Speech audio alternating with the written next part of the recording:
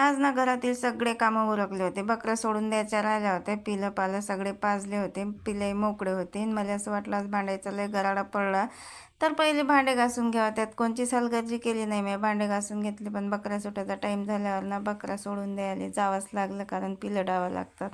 आणि पिलं बांधायचे राहिले होते. कधी-मधी सुट्टा दादा गेली. दादा बकऱ्या घेऊन आता मी मोकळी कामधंदे करायला. अर्धे भांडे धुतले होते आणि अर्धे भांडे धुयाचे राहिले होते. तरी आता जे काम आहे ते तर करावंच लागेल. तरी अर्धे उभार सगळे कामं झाले होते माई.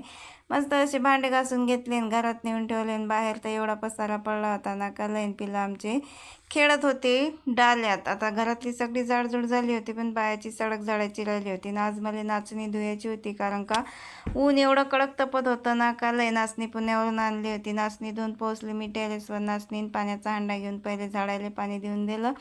मग नाचणी टाकली मस्त स्लॅबच्या सेंटर भागात. आणि हवा एवढी होती ना बाहेर का लय. नाचणी एवढी बारीक होती ना हाताला लय चिपकत होती. तरी वाहू घातली.